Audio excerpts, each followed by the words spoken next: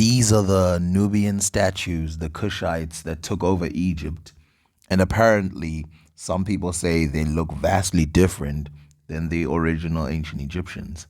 In my opinion, these statues look less African than the original ancient Egyptians. But we'd have to put them next to each other like we always do in order to make sure that what I'm saying is true. Later, we shall compare the paintings of ancient Egypt and look at the hair of the people. I've mentioned hair before, but never in the detail that I'm about to. So the first one is a Nubian called Shabaka. The second one is an ancient Egyptian. And the third one is an Assyrian. And as you can see, the ancient Egyptian and the Nubian have full lips. The Assyrian has thin lips. All three of them are beardless, which is good because it helps us look at the face. But let's zoom into the mouths. Let's zoom into the noses and let's zoom into the faces. In my opinion, the Egyptian looks blacker than Shabaka, but let's use different Nubians. Again, when we look at this, the scribe who has the subtitles written under him looks to me less African than the Egyptian who has the hat on, who is definitely to me more of an African looking phenotype. His nose is a giveaway for me. His lips are a giveaway for me. His general face is hard to put anywhere else but in sub-Saharan Africans. The scribe, who is known to be Nubian, his name was Nubian, I forgot what it is right now, and he's being presented as a Nubian. He has a more vague look about him. When we compare Taharka to Ramses II, it's obvious that these two people belong to the same race. Their African features are extremely strong compared to the other ones. Now, I will say the other ones had pretty strong features too, but these ones are extremely vivid. The funny part is the, let's say, Eurocentric people made let's say, a reconstruction of what they thought Ramses looked like based on his mummy. And if you see this abomination, if you see this, let's just say the word crap, you will see that there's no way someone could have taken this beautiful picture right here and made this. It's just disgraceful how far they will go. You're trying to tell me that Ramses looked like Larry David? Get the hell out of here. For the final Nubian, we shall add Amenerdis. Amenerdis is a Nubian woman. She was a princess. And this is how she looked like. And if we compare her to Nofret, this is what we'll see. Nothing but similarities. Again, why are we tolerating nonsense from these people? Let's be honest, if I told you that these two people was the exact same person and it was just two different ways of depicting the same person, you would believe it. They look almost identical. Not even just phenotypically, they look like they're the exact same person. But one is a Nubian and one is an Egyptian. Stuff is starting to crumble around the Eurocentric theory, and I don't know why they hold fast. The fact that in the last comments I got some people who actually are blind and can't see the truth tells you how hard they will fight against this. They'll fight against it tooth and nail. Now, some of you will say, of course, they look similar because they are imitating the Egyptian style.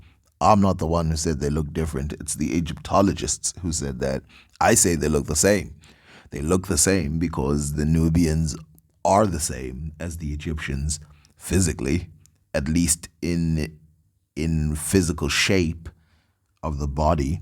Obviously, the Nubians were a little darker than the Egyptians. Now, this is a bust of an ancient Egyptian woman, and she's not wearing a wig. Most Egyptologists agree on this, on the ones who have commented on it. And she has short hair, and as you can see, her hair is basically trying to mimic Black African hair. And I will show you with other paintings that this is the case. when it comes to the men at least. But this is a woman. I know that it looks like a male because it's got short hair, and like I said, we associate short hair with being masculine, but this is a woman. Let's start with this painting that depicts soldiers going to war. And let's start with one thing. One, they're not wearing wigs. Let's be honest, soldiers would never go to war wearing wigs. But if we zoom in to the hair, we can clearly see that the hair has little strands on it and it's all braided.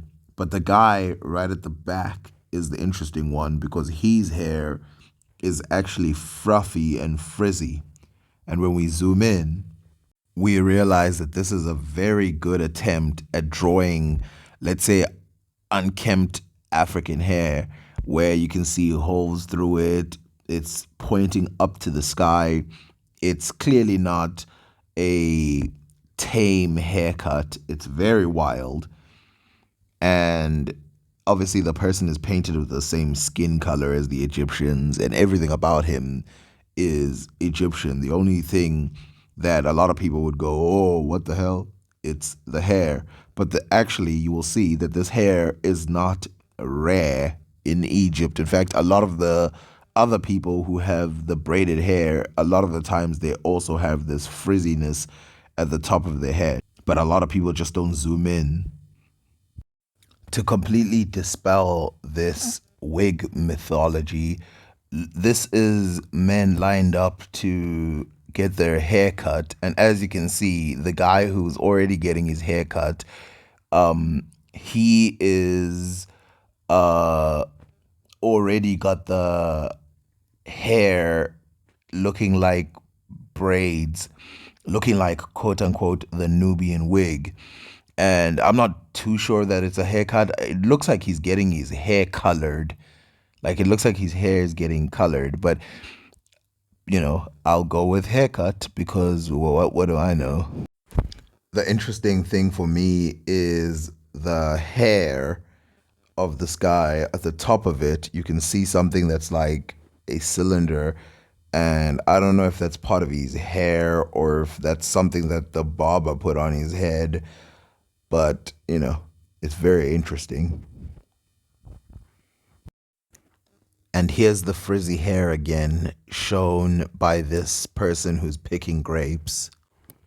A lot of time when they show the type of hair that you see here, this frizzy hair, it's usually poor people who cannot really afford to take care of themselves. And as you see with this one, with this guy who's wielding an axe, his hair is extremely frizzy. And that would be a really strange hairstyle for the Middle East back then. Like, look at it, the guy's hair. So we can assume that this is what their hair would have looked like if they didn't take care of it. But then once they take care of it, they make those little circles. This is why it's funny when they bring up the Fayum mummy paintings that, like, if you look at the hair, it's straight. If you look at the tradition, it's Greek. Just everything about the Fayum mummy paintings looks nothing like the stuff we just looked at before. The hair is ridiculous on the other ones. It's when it's not taken care of, it's frizzy. But as you can see with the Fayum mummy paintings, the hair is naturally straight, but then they frizz it up in order to match Roman hairstyles. And of course, they cut their hair in order to match Roman hairstyles. And these Fayum mummy paintings have been shown to be mixed a little bit with sub-Saharan African DNA, something like 3 to 6%. I think 6 to 12%, actually. But the rest of the DNA seems to be Middle Eastern DNA. But let's get back to the Egyptians. But first, let us acknowledge the difference between the tradition by the time the Greeks had showed up. By looking at them side by side, you can see that the Nubian wig is there, and on the other one, they're doing a hairstyle that is very Greek. But here's what I'll say.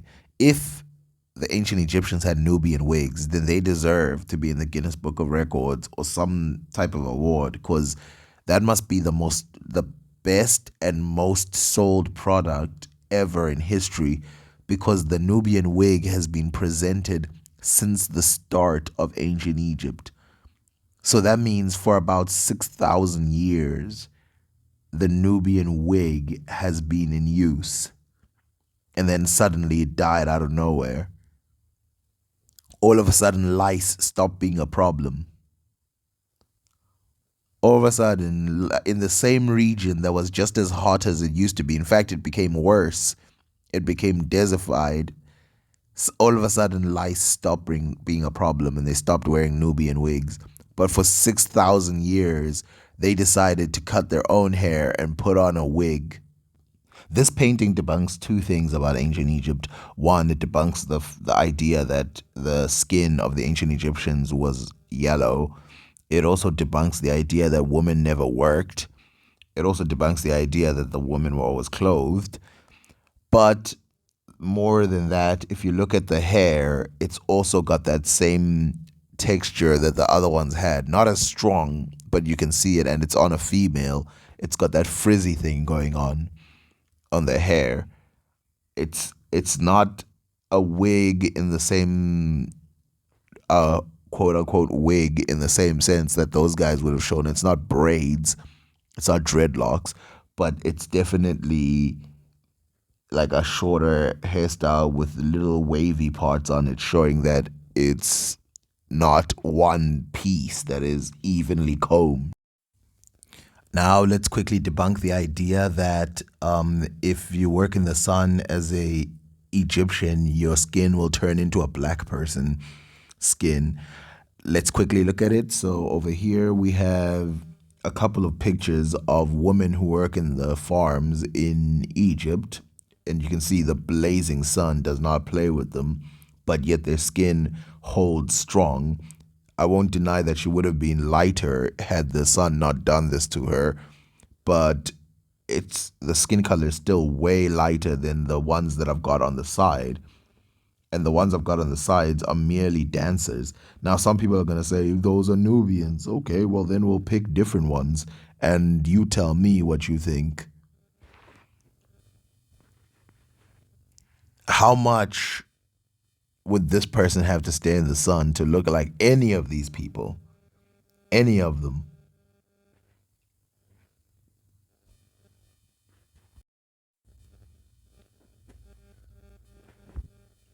And to finish off, you can clearly see that women are mainly painted in brown color, especially in their living state when they're shown just doing random things like picking plants, working, sitting, just doing the average job.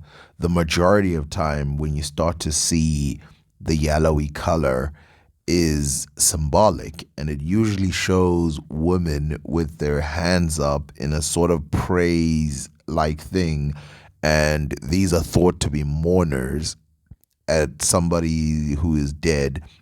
But again, these are often found in tombs, they're often found in graves, they're not usually found in natural life situations. The majority of time you will find that the ancient Egyptian women are painted as brown as their husbands are painted. Now that we have seen the brown ones, let's take a look at the yellowy ones. So the first one that we see is someone who's in mourning in front of a coffin. The second one is five women in mourning. The other one is a couple women in mourning, and those hairstyles are interesting. I'll probably get back to that. These women are also in mourning with their hands up. These women have their hands in mourning. But as you can see, all of these people's hairstyles are still similar to the other Egyptians. You know, they don't go, oh, these people are lighter skinned, therefore they have completely different hairstyles. Their hairstyles still reminiscent. And like I said, you can see that they're wavy around the edges. They're wavy to show that they're not some straight thing with a little bit of dreaded inside them. But again, all the time when they're shown yellow, almost all the time when they're shown yellow, it's in a religious context. Next time, we'll see how foreigners depicted Egyptians. and why they made them so black.